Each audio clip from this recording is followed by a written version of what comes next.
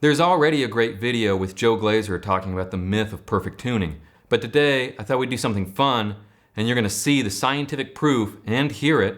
We're going to put it on the spectrogram, and by the end of this video, I think you'll have a better appreciation for why the guitar will never be in perfect tune. I want to preface this by saying the reason I'm using this particular guitar is so we're starting from a world-class reference point. This is a 1936 0018. It's a ridiculous guitar. So I just want to be clear from the start, that's the reason we're using a really expensive vintage guitar from the pre-war era, the golden age of Martin. It's not to show off my toys, it's to give you the confidence to know that you can't buy your way out of this. It's an inherent compromise, and the guitar is an imprecise instrument, whether you're using an inexpensive starter model all the way up to really rare, valuable vintage guitars and beautiful handcrafted ones. When you pluck a single note, it's not a single frequency. It's the fundamental frequency with multiples above that. You can also call those the upper partials. And although a skeptic would say it's purely my experience and anecdotal, the 58 Strat was never the same after the flood. And I believe that says something about the dryness of the wood with vintage guitars, combined with if the wood didn't matter, then the pickups which were saved should have made the guitar just as magical as it was before, and it was never quite the same.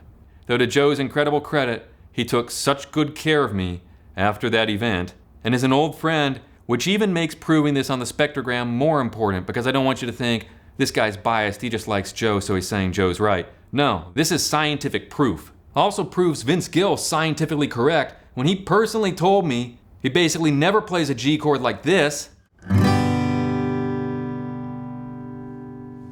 It always plays it like this. If you want to put the major third in the chord, then you put it down low here on the 5th string.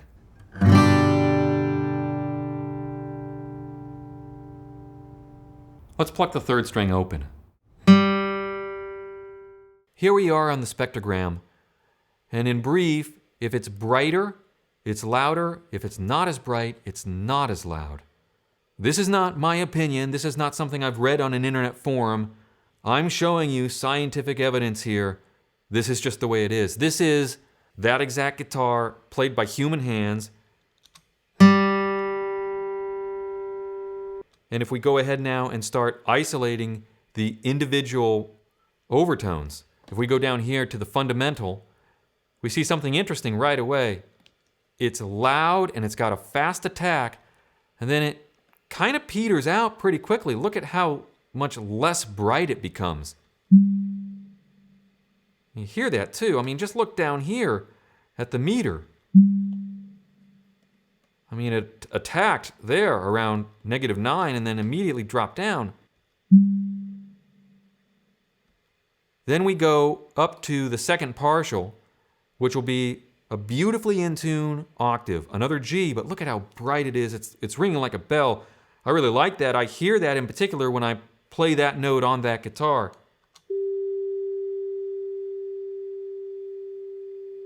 The attack isn't quite as loud, but it rings out.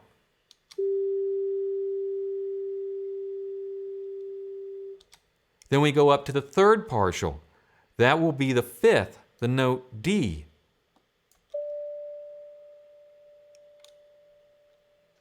Go up to the 4th partial, and that'll be another octave, a higher version of G. Now go up to the 5th partial, which is where things get interesting. This is the note B.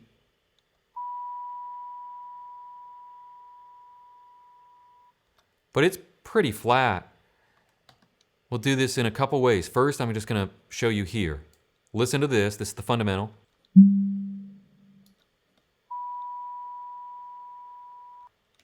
So what we're going to do now is I'm going to extract just those first 5, and you're going to hear them completely isolated. The screen's going to go black because I don't want you having any visual distractions. I want you to just focus on your ears, and you'll hear from the fundamental to the 2nd partial, 3rd partial, 4th partial, 5th partial. And then I'll give you the fundamental cutting straight to the 5th partial.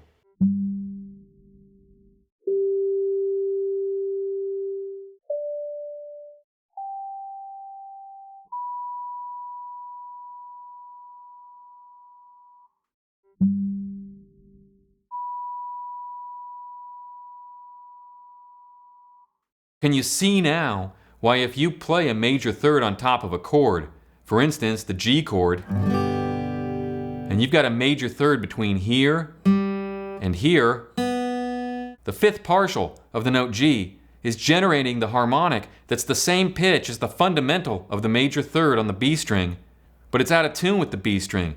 Therein lies the rub. Now I'm going to sound the third of the chord, the open B string, against the fifth partial of that G, extracted and isolated.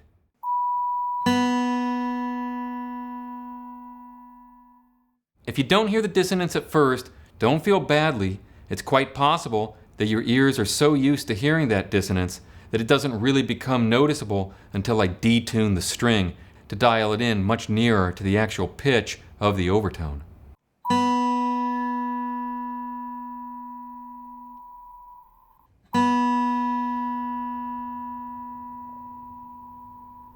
Once I've dialed it in where that second string is more in tune with the overtone, you might ask me, why not just leave it there? That sounds okay. And the answer is, if you do that, then everything else is going to sound comically out of tune.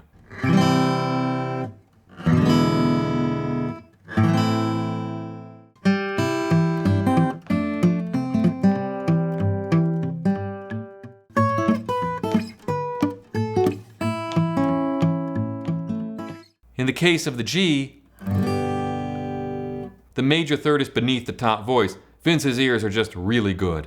If you put the major third way on top of the chord, like, then it gets even more obvious to the ears. I also want to be really clear, don't feel badly in the least or like there's something wrong with you or your ears if you don't hear anything objectionable about that. The longer you play, the more you play, the better your ears get. And as your ears get better, please keep this in perspective. Everyone can get stuck in their head until the inspiration and moment are gone, culminating in creative ruination. If a song was timeless and meant something just because it was in tune, then auto-tune and Melodyne would have led to more great music than ever before. Of course, we realize it doesn't work that way. Please keep this in perspective. You can't fix it. You're dealing with a rub between the overtone series and the way that the guitar is tuned and constructed and put together with strings and frets. The idea of equal temperament, which is the reality of our guitars, is that everything is equally out of tune so that nothing stands out as being particularly objectionable, but nothing is in perfect tune. Can you also see and start to make some sense of this about the reality of consonance and dissonance with intervals based on the overtone series? The major triad is contained fairly early on, although by the time we get to the major third in the overtone series, it is flat.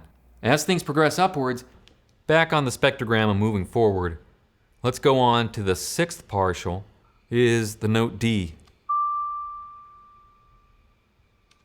That's the fifth of the chord, or the fifth of the fundamental, I should say. The fundamental is G, the fifth is D. Now pay attention here. On the seventh partial, something interesting happens. This is the note F. That's the flat 7, the dominant seventh based on the root of G. But if you hear them side by side, fundamental,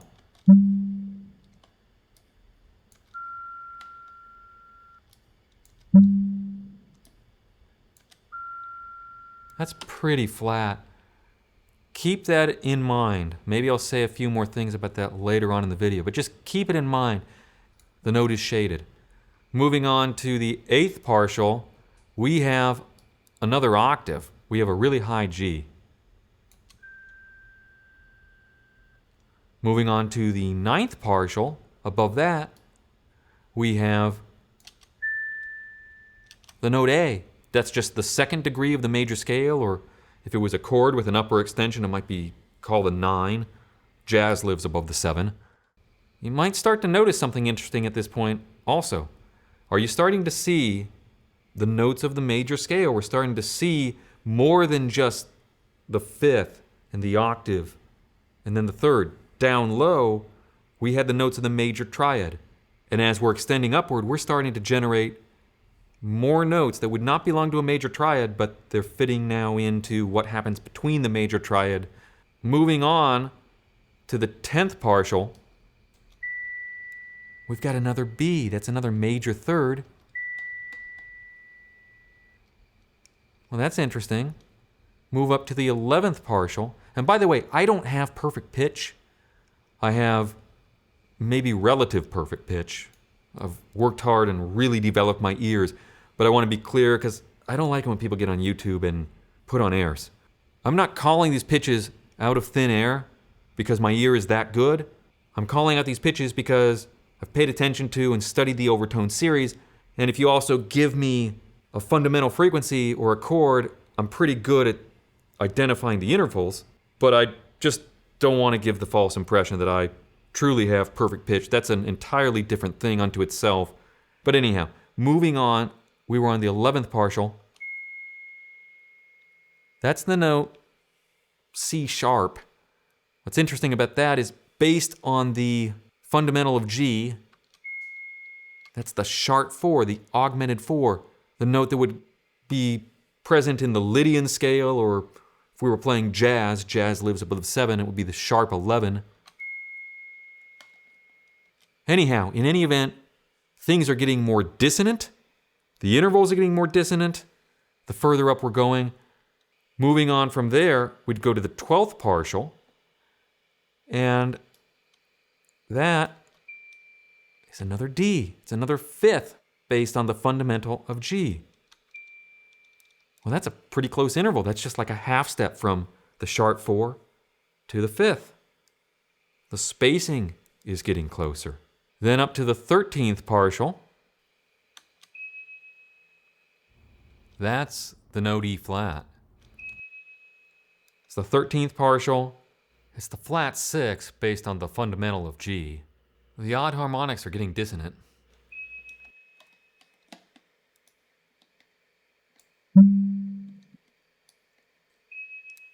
Then to the 14th, it's F, flat 7, the dominant 7th.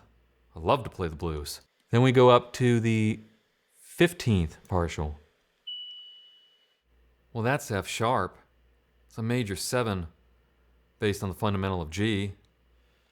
And then up to the 16th partial. It's a really high G. It's just an octave repetition. And then it extends further and further up. When I strike the string, it's all of that. Can you see why tube guitar amps that emphasize the even harmonics are more pleasing to the ear?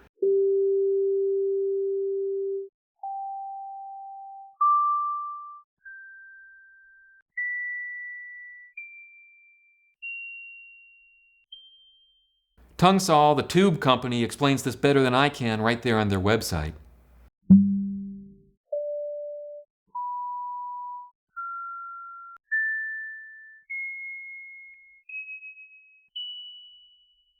Might it make a little bit more sense now why the blue notes in the blues don't sound atonal to us? They sound really good. The shading of those particular notes is already contained within the overtone series.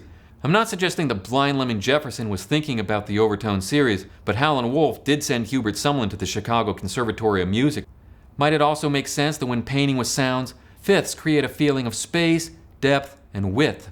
If you just instinctively avoid the third on top of the chord, and you have the confidence to do that, that's one approach to working with the inherent compromises and limitations of the instrument itself. Which all goes back to what Joe was saying in that interview. And love Hendrix as I do, how often did he fight with the guitar going out of tune? Is being in tune overrated? The great lesson here is get your guitar as in tune as you possibly can, and then move on to all the good stuff. Creativity, chasing what you love with all of your heart, finding out the kind of music that you really want to play, and embracing that and trying to become as good as you possibly can with that, because it's a lot of fun to get good. And the better you get, the more fun it becomes. Keep at it. Don't get stuck in your head. Just enjoy advancing a little bit every day. And if you haven't subscribed and you're enjoying this, consider doing so and turning on the bell notification, because I'm starting to put a lot more out, a lot more frequently here, and I want you to get notified when I put out new videos. Because I'm doing this for you. So enjoy it, and I'll see you again the next time.